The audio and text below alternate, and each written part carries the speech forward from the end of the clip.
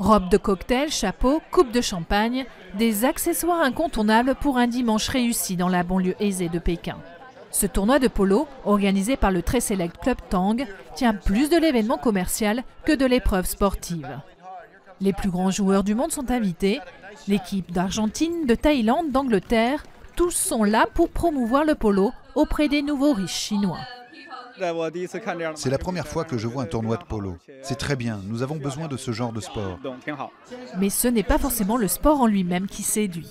Je pense que la compétition d'aujourd'hui est un événement majeur, car la plupart des célébrités de Pékin, certaines personnes issues d'un milieu aisé et des gens importants sont là. En moins de 2 ans, 5 clubs de polo ont vu le jour dans les grandes métropoles chinoises. Un chiffre encore timide, mais prometteur.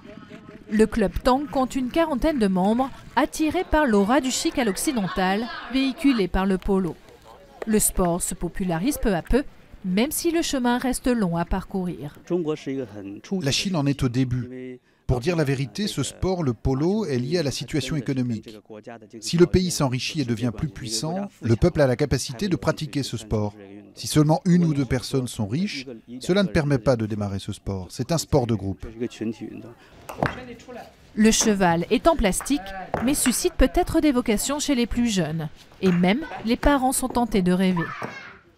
J'ai entendu dire qu'avant, l'équitation et le polo étaient des sports de la royauté et de la noblesse. Des gens comme nous aspirent à jouer au polo. Et maintenant, c'est possible de le faire.